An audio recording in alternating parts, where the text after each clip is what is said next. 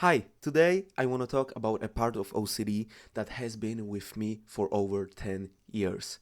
A part of OCD that has made me take the first step towards a better life and has made me go seek psychological help. The part that I am referring to is called magical thinking. I am sure that if you have OCD, you know exactly what am I talking about. It's just one of many types of OCD, but for me, it was the hardest one to understand and the hardest one to let go of. My name is Kacper Pinocy, or Katsu. I am not a psychologist nor psychiatrist. I am just someone who has lived with OCD for more over a decade and has finally started to break free. I hope that by sharing my experience, I can help you too. From my experience, OCD always latches onto things that you care the most. For someone, it can be money. For others, it can be a family member, and for others, it can be even a long dead relative. For me, OCD was always driven by uncertainty, fear, and guilt. I was terrified that whatever I will do, it might cause harm to my mom and even may cause my long dead relatives to suffer in the afterlife. Those were my fears. First of all, I want to encourage anybody that is hearing this and has OCD to seek psychological help. Even if you don't believe that it will help you, trust me, it really can. This type of OCD has tormented me for more over a decade, but became unbearable almost 2 years ago. The worst part? The excruciating feeling of uncertainty. It's like, I know that these things are irrational, I know that these things will not happen, will never happen, but what if? What if it will happen? This what if is the thing that keeps you trapped. So, if no one has told you this yet, I will. There is no if. Nothing will happen. Absolutely nothing. I promise you. How do I know this? I am not a god. I am not a higher power. I am just a guy.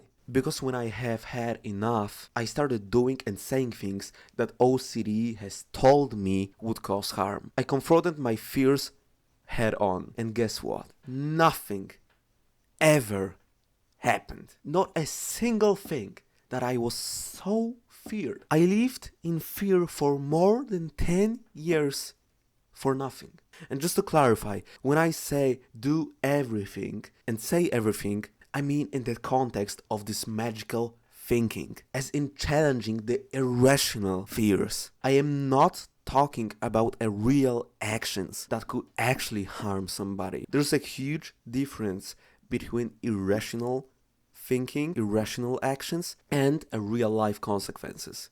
Please know that. So, how did I even found this huge courage to do these things? It's simple. I just had enough.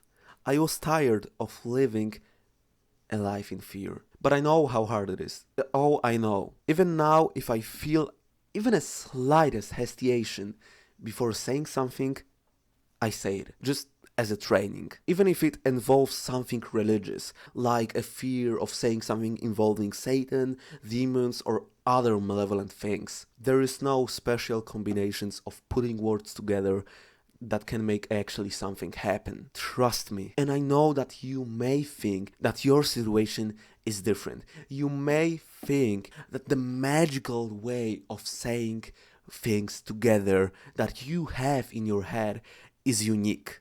It is not. I tested it. I've said so many things and nothing ever happened. The biggest struggle is this uncertainty. The people who helped me the most were my mom and psychologist. They were the people that assured me that nothing will happen. I trusted them and they were right.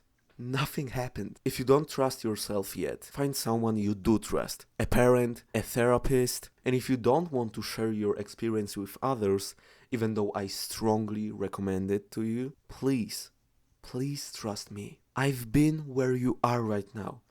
I felt this unbearable feeling of fear. I felt this uncertainty. I was terrified. And now I am here without these thoughts, trying to help others by sharing my experience. So, as this video is ending, I want to tell you something. No matter what thoughts cross your mind, no matter how brutal and weird those thoughts are, you are not a monster. They do not define you. you are a normal human being. If no one has told you this yet, I am really proud of you. Because just by clicking on this video and hearing this till the end, you've proven that you really want to change. You've proven that you want to make a difference in your life. That you are tired of living in this fear, and that alone is a huge step, and I am proud of you. And if you don't have OCD and you are still listening to me, please share this video with someone that has it. Who knows? Maybe you might actually save their life. So please, stand proud. Because you are strong.